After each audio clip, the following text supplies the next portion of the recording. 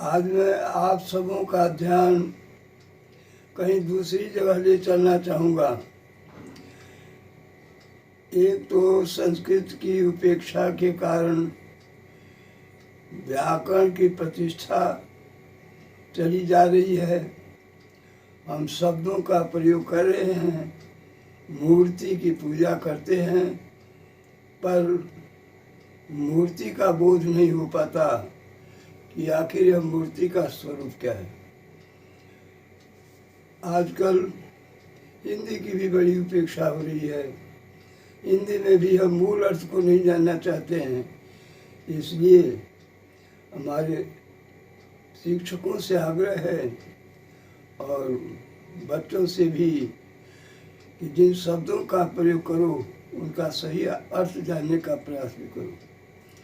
मूर्ति का अर्थ मैं बताने जा रहा हूँ। म का अर्थ मानव होता है और उसमें ऊ लगा हुआ है। उत्क्रम में उछल कर रित सत्य को कहा जाता है। मनुष्य जब उछल कर सत्य की तलाश करेगा तब वह मूर्ति का सही अर्थ जान पाएगा। मूर्ति पूजा मनुष्य को सत्य का ज्ञान दिलाती है और कर्तव्य का बोध कराती है, इसलिए उसका नाम मूर्ति है, जिसे हम लोग नहीं जान पाते। आइए, नारियों के बहुत सारे स्वरूप होते हैं, भामा भामा कामनी भामनी आदि। उसमें एक कलत्र शब्द भी है। हम हिंदी वाले कभी बोध नहीं कर पाते। प्रयास करें बंधु सही अर्थ जानने का भी। क का अर्थ होता है कला। कला के द्वारा ललित छवि बनाकर जो रक्षा करे पतियों की, यानी कलत्र वह कहलाती है जो अपने पति की अनेक विध कलाओं तथा लावण्य से मंडित होकर सुख संपत्ति का प्रदान कर, संपदा का प्रदान करे, उसे कलत्र कहा जाएगा। आज इसके अभाव हैं। एक और ऐसे ही सब तारा है। छोटा सा अर्थ है, पर सही अर्थ हमें मालूम नहीं हो पाता। तो का अर्थ होता है तम अंधकार, और रो का अर्थ होता है राजना विराजना, यानी तमसी राजते, अंधकार में भी जो राजता रहे। चंद्रमा की चमक समाप्त हो जाएगी लेकिन तारे की चमक कभी मिटती नहीं, इसलिए उसका नाम तारा है। आइए बंधु, ऐसे कुछ और शब्द हैं। असन है भोजन, हम लोग कहा करते हैं पर समझ नहीं पाते। अ का अर्थ अन्न होता है। स का अर्थ होता है सिद्ध कर देना, यानी पचाना, सिद्ध हो जाना। तो जो जहाँ हमारा भोजन जाकर सिद्ध हो जाता है उसी का नाम असन कहा जाता है। एक क्षिप्रा नदी है। क्षिप्रा मुक्ति आप प्रापयति, जो जल्दी ही हमें मुक्ति प्रदान करती है, उसका नाम क्षिप्रा नदी है। एक अर्ण शब्द है। अ का अर्थ होता है अम्बसी, जल में, और अंड का अर्थ होता है स्थित होना। जो प का अर्थ हुआ महत्त्व से उत्पन्न सृष्टि का जो ये कर देता है, यानी अम्बसी जल में जो स्थान बना लेता है उसी का नाम अंड है। बाद में जो मार्तंड कहे जाएंगे। फिर एक शब्द हुआ पद्म हुआ। प का अर्थ प्रतिपादन करना होता है। किसी शब्द का प्रतिपादन या तत्व का प्रतिपादन करता है।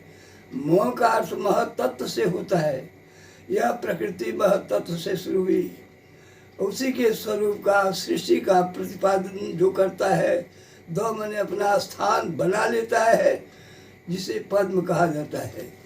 यदि वो पद्म पुराण में पद्म का अर्थ होता है, सृष्टि के महत्त्व से उत्पन्न होने का कारण बताता है। दूसरा अर्थ इसका होता है प अर्थात पंख में। दो का अर्थ होता है धरित होकर, म माने मंडन के योग्य हो जाता है।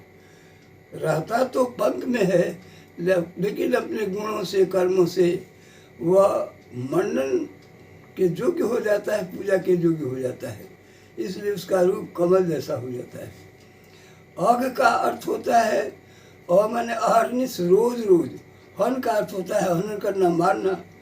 जिस काम से रोज रोज व्यक्ति को हनन किया जाए, पराजित किया जाए, दंडित किया जाए, वही पाप कहलाता है। ऐसे एक शब्द मुनि भी है, मोह से जिनका मोह से मुक्ति मिल जाती है, मोह से उठकर ऊपर, मोह से उनका उन्नयन हो जाता है, मोह से उठकर ऊपर चले जाते हैं और सत्य की प्राप्ति कर लेते हैं, इसलिए मुनि कहे जाते हैं। अथवा मोह से जिनका निवारण होता है, मोह को हटा देते हैं, संसारिकता से अलग हो जाते हैं, ऐसे लोगों को मुनि कहा जाता है।